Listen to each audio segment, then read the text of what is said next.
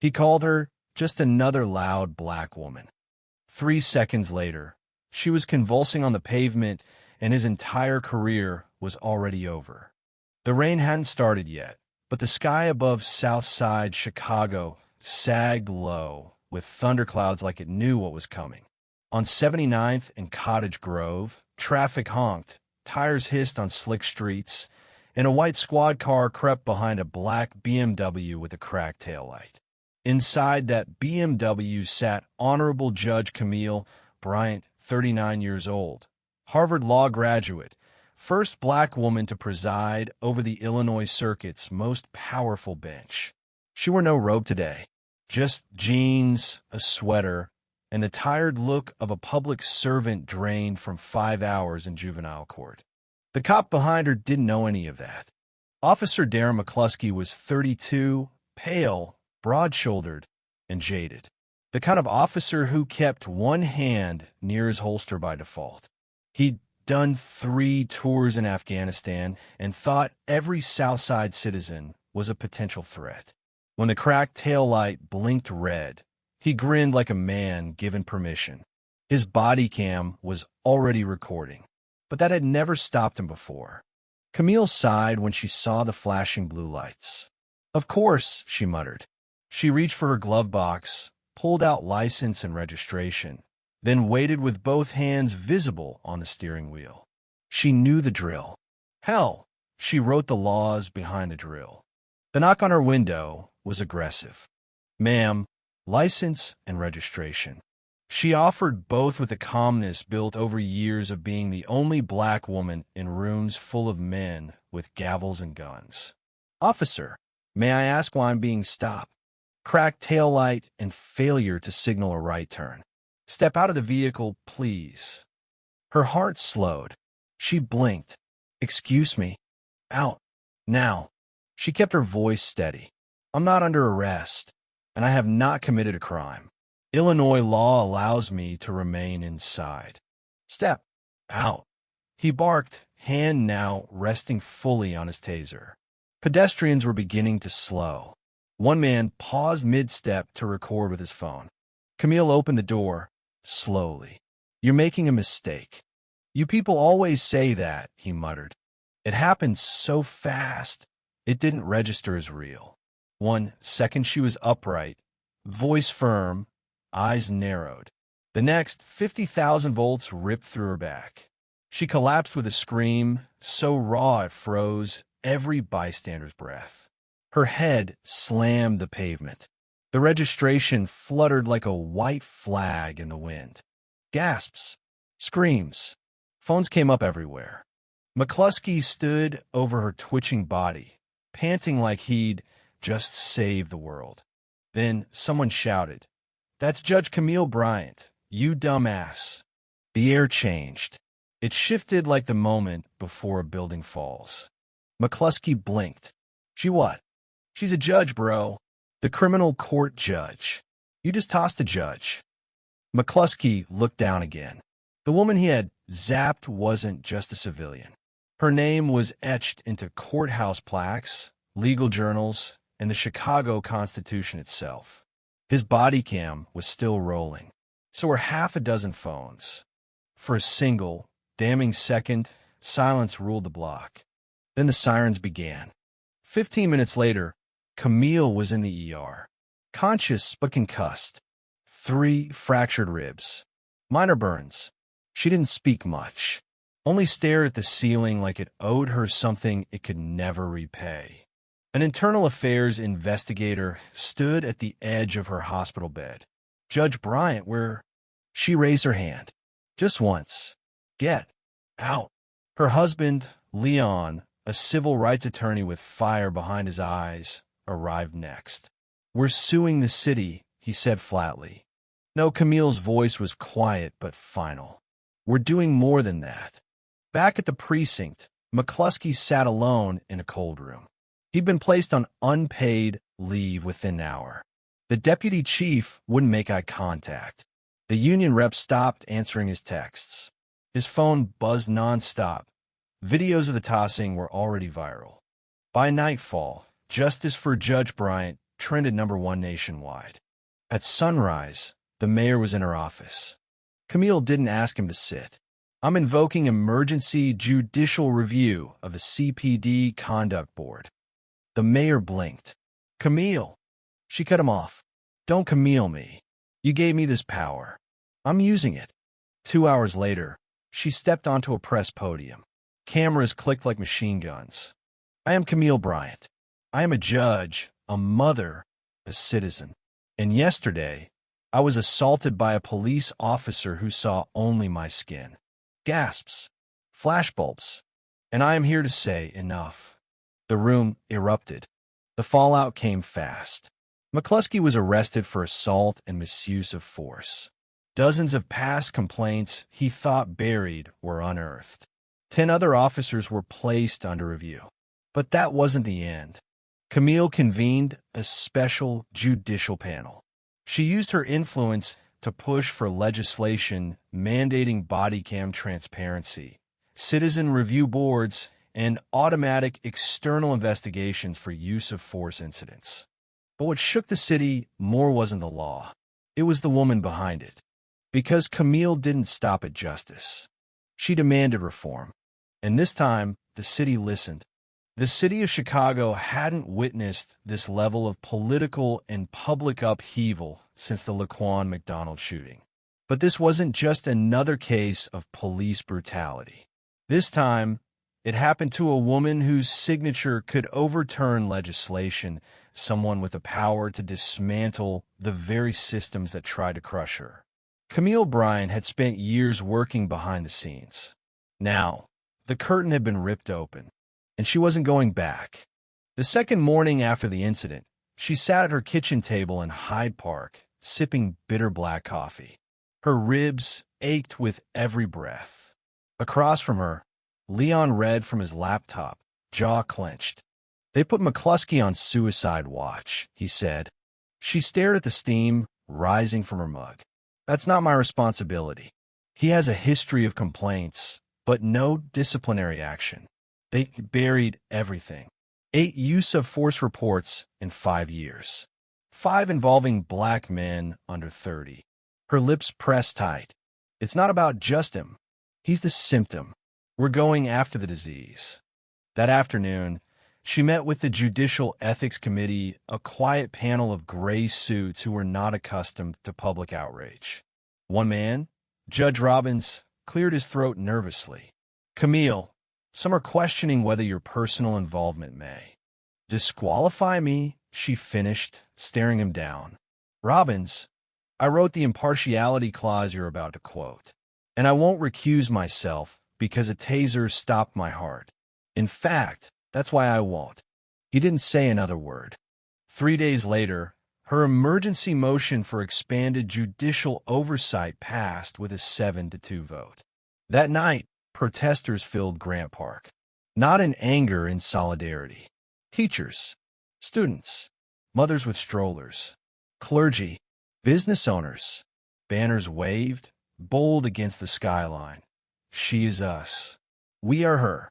Meanwhile, McCluskey sat in a holding cell, watching his reputation collapse in real time. A reporter from the Chicago Tribune had published a piece titled, "The Man Who Tossed the Law." Inside it were damning quotes from former partners, leaked disciplinary records, even transcript from mandatory psych evaluations. His wife filed for divorce. His GoFundMe was removed for violating terms. And the police union along his safety net began to distance itself. "They're throwing me under the bus," he muttered aloud. "No," his public defender replied. "You jumped under it." Meanwhile, Camille's strategy moved into phase 2. This wasn't just about Chicago anymore. Her team, including Leon, civil rights experts, and former federal prosecutors, crafted a sweeping judicial initiative titled the Bryant Doctrine, aimed at forcing nationwide reforms. Independent civilian commissions for reviewing all police force complaints.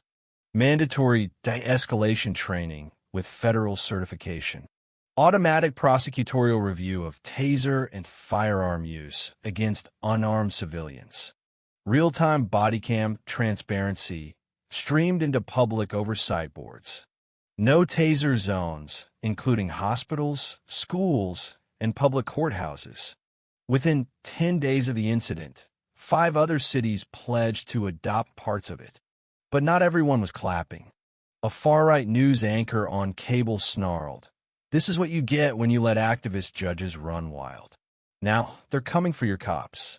Camille didn't blink. She used it in her next speech. "This isn't about coming for your cops. It's about making sure we don't have to bury your sons." Applause thundered through the courtroom. Still, threats began pouring in. Anonymous voicemails. Swastikas spray-painted on her courthouse entrance. A bullet mailed to her home, wrapped in a blue line flag. She held a press conference anyway. "I won't be intimidated, and I won't be silenced. If you think violence will scare me, you clearly don't know who raised me." Her mother, a retired schoolteacher, nodded in the front row with tears in her eyes. Then came the twist no one saw coming. A video surfaced, not from the day of the taser incident, but from 8 months prior. It showed Officer McCluskey in a heated argument with a 14-year-old black teen outside a convenience store. The boy's hands were up. McCluskey screamed, "Keep acting smart. I'll light you up like the 4th of July." The body cam cut off moments later. That boy, Terrence Woods, had been arrested that day for resisting arrest. But now, prosecutors reopened the case. Charges dropped. The boy's record expunged. And McCluskey was hit with a new charge, intimidation of a minor. Camille watched the clip in silence, then said softly, "We're going to find every name they tried to erase." By week 3, her office was flooded with letters not just from Chicago, but from Memphis, Baltimore, Ferguson. People who had been silenced. People who hadn't survived. Camille read every single one, then formed a task force to review wrongful arrests made under McCluskey and his precinct team. When they reached case number 137, she paused. It was a man named Elijah Ray, arrested during a traffic stop in 2020. Claimed he was tossed and beaten after asking for a supervisor. No video had surfaced. The case was dismissed for lack of evidence. Camille tracked him down, found him working at a car wash on the west side. His hand shook when he saw her. "Ma'am, I never thought anyone care." "I do," she said. She took his statement, reopened the case, and subpoenaed the dash cam that had mysteriously gone missing. It was recovered from a police tech's private locker. The footage was clear, brutal, unforgivable. Elijah broke down when the footage aired on the local news. "Now they believe me," he whispered. "Now they see me." Camille knew that justice wasn't about courtrooms and cameras. It was about making invisible people visible again. That night, she and Leon walked along Lake Michigan. The wind sharp, the water dark. "You think this is working?" he asked. "It's not enough yet," she replied. What would be enough? She thought for a long time. When a black woman can say, "I'm a citizen," and that's enough. He took her hand. "You're not just changing laws, Camille. You're changing us." Behind them, Chicago glowed streetlights and skyscrapers flickering like stubborn stars refusing to go out. Day 22 after the tossing, and Judge Camille Bryant stood in the lobby of the Harold Washington Library, where a town hall meeting was scheduled to begin in 30 minutes. She wasn't behind a bench today.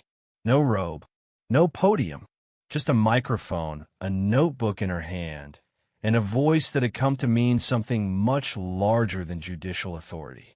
It now carried the hopes of thousands who had waited too long to be heard. Outside, a line stretched around the block. The temperature had dropped, but people waited anyway, not for a politician, not for a verdict, but for the woman who had turned her pain into a weapon of justice. Inside, Camille took a deep breath. "You ready for this?" Leon asked, adjusting her coat collar gently. She nodded. "I was born ready. They just didn't know it yet." When she stepped on stage, the applause wasn't polite, it was thunderous, a standing ovation from a room that had watched her fall to the ground on video and rise from it as a movement.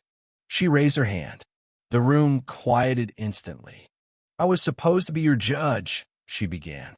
"But before I could judge anyone else, I had to survive being judged for the color of my skin. Not by a jury, not by law, but by the man with the badge and the taser." A woman in the second row covered her mouth. An older black man whispered, "Speak."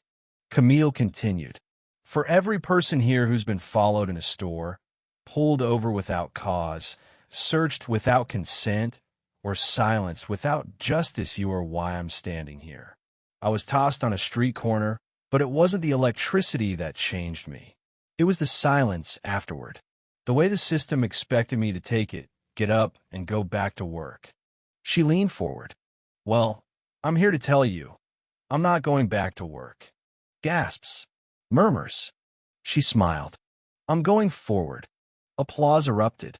Camille waited. Then she gestured behind her, where a giant screen lit up. The Civil Accountability and Restorative Equity Initiative. CARE. That's what we're building. Together. It was a framework of neighborhood-based review boards, real-time oversight tools, whistleblower protections for officers of conscience, and deep community integration. She didn't just want to fix broken policies. She wanted to change the relationship between communities and law enforcement from the ground up. We're not here to reform.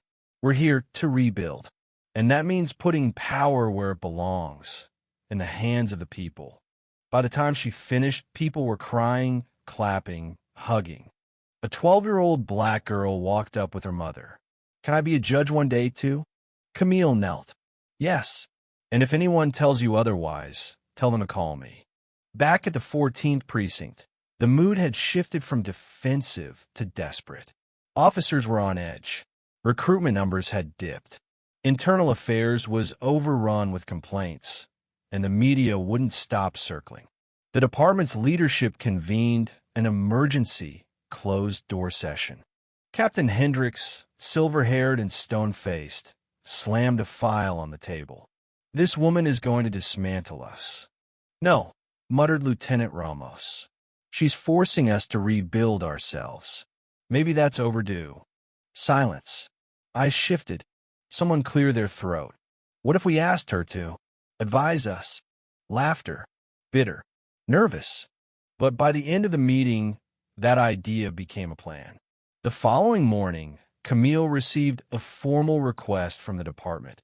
A partnership proposal to work alongside reform-minded officers in creating the new structure. She stared at the letter for a long time. "They're scared," Leon said, reading over her shoulder. "Good," she said. Then softer, "But maybe they're also listening." 3 weeks later, a pilot program launched. The Justice Bridge Task Force, a joint effort between the judiciary and law enforcement, aimed at rewriting departmental policy with real community oversight. Camille insisted on leading it, and she brought voices into the room who had never been allowed near one.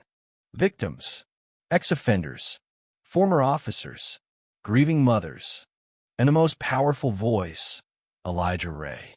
He stood in front of a panel of uniformed cops and said, "I forgive you, not because you deserve it, but because I won't let your hate live inside me anymore."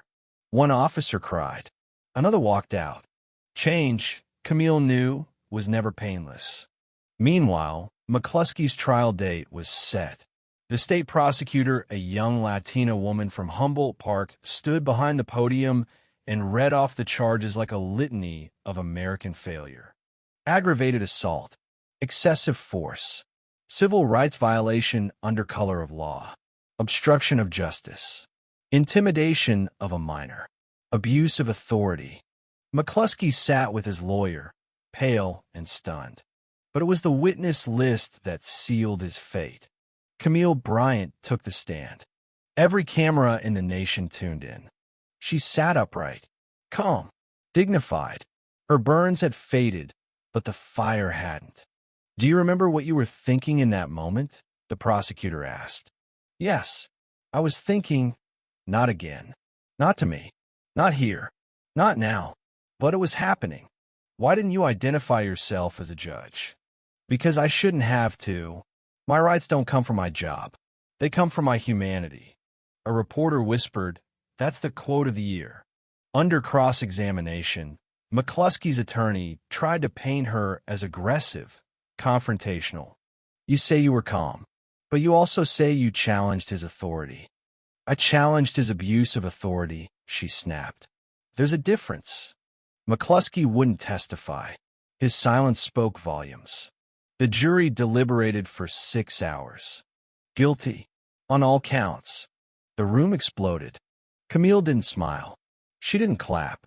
She just breathed for the first time, deeply. Outside, Elijah Ray waited on the courthouse steps. You did it. She shook her head. We did it. By month's end, Chicago's entire police oversight structure had been rewritten. Camille had been offered seats on national justice boards, commissions, even asked to run for attorney general. She declined. I don't need more titles, she said. I need to stay close to the people.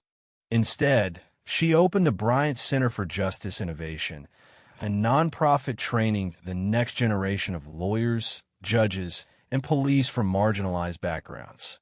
Its first class enrolled 200 students, most of them black and brown, many from neighborhoods still reeling from the same kind of violence that nearly killed her. In her opening address, she stood on a stage lined with photographs of those who never got their justice. Every law you write, she told them, should carry the weight of those who didn't survive long enough to see it. That night, she walked the streets of South Side with Leon again. No cameras, no speeches, just a couple moving through the city they refused to give up on. You think we've done enough? He asked. She looked around at murals of black heroes newly painted on brick walls, at laughter bubbling out of corner stores, at a community that no longer walked with its head down. No, she said, smiling. We've just begun. Winter hit Chicago harder than usual that year. The wind off Lake Michigan sliced through the streets like knives, but something new pulsed beneath the cold movement. Resolve, a long-suppressed sense of collective breath slowly exhaling. It had been 6 months since Judge Camille Bryant was tossed in broad daylight. 6 months since the video had shocked a nation already bruised by injustice. And in those 6 months, a city, and in some ways, a country had shifted on its axis. But with change came resistance. A coalition of pro-police lawmakers introduced a bill in Springfield attempting to weaken Camille's initiatives. They labeled her policies anti-law enforcement, warning they would demoralize officers and embolden criminals. The headlines were vicious, from judge to radical. Read one. Bryant's black robe agenda, read another. Camille didn't flinch. She held her ground, testifying before the Illinois General Assembly in a packed chamber. I'm not anti-police, she said, voice calm but slicing.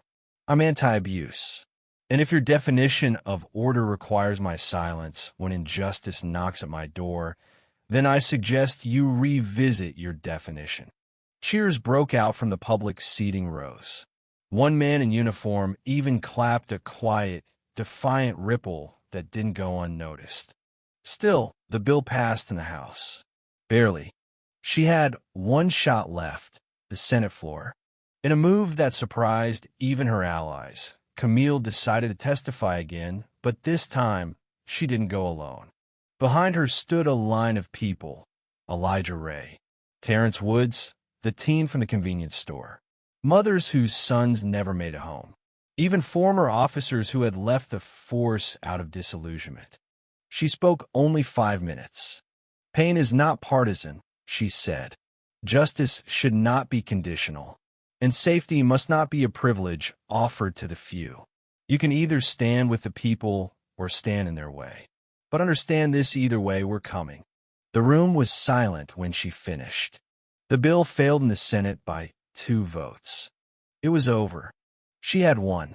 But even victories carry weight. Weeks later, Camille sat alone in her office at the Bryant Center, gazing out the window at a row of kids playing street ball in the snow. They wore gloves and coats and laughed at things too often denied to children in neighborhoods like theirs. Things she had fought for with everything she had left. There was a knock at her door. Leon entered, holding an envelope. "What's this?" she asked. He smiled. "A letter from the White House." Her eyes narrowed. "Another commission offer?" "No," he said, setting it on the desk. "It's a Medal of Freedom nomination." She froze. For a long moment, she didn't move. Then she leaned back in her chair, eyes closing. "You know, I never did this for medals." "I know," he said, "but maybe the country needs to see what it means to earn one." She didn't answer. She only opened the envelope, skimmed the elegant letterhead, and folded it again. Then came a call that would test everything she'd built. The voice on the other end belonged to Officer Dana Hill, a young black woman from Camille's Reform Pilot Program. Her voice was trembling. "Judge Bryant, I need help." "What's happened?" "There's been a shooting. An unarmed teenager. My partner said the kid reached for something, but I was there. I saw it. He didn't." Camille's chest tightened. "Where are you?" "West Englewood. I'm still on scene." "I'm coming." Within 15 minutes, Camille arrived. The street was cordoned off with yellow tape. Flashing lights lit up the snow. A body covered by a sheet lay next to a busted scooter. The mother's screams still rang in the air like sirens of their own. Dana met Camille at the tape. Her hands were shaking. "I told them what I saw, but the sergeant's saying we keep it internal. That we write it clean." Camille placed a hand on Dana's shoulder. "You did the right thing. Now we do the next right thing." That night, Camille held another press conference. Her voice didn't waver. "The reforms we passed were never about one incident. They were about all of them. Tonight, a child is dead, and I promise his name will not disappear. His name was Marcus Bell. He was 14. He was riding home from his cousin's house. 3 days later, the body cam footage was released. Dana's testimony matched the video. Marcus had been unarmed, complying, reaching for his phone. The partner officer, Henry Wade, had pulled the trigger anyway. The community demanded action. Camille didn't just demand it. She orchestrated it.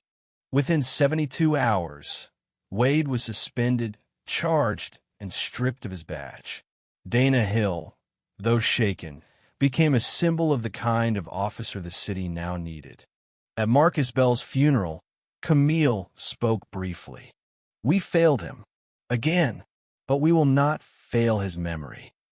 After the service, the boy's mother hugged her tightly. "You gave me something I thought I lost," she whispered. "Not justice, but dignity." Camille held her close. "We'll fight for both." 6 months turned into a year. The Bryant Center expanded. Care policies were implemented in Detroit, Atlanta, Oakland, and even a pilot program in St. Louis.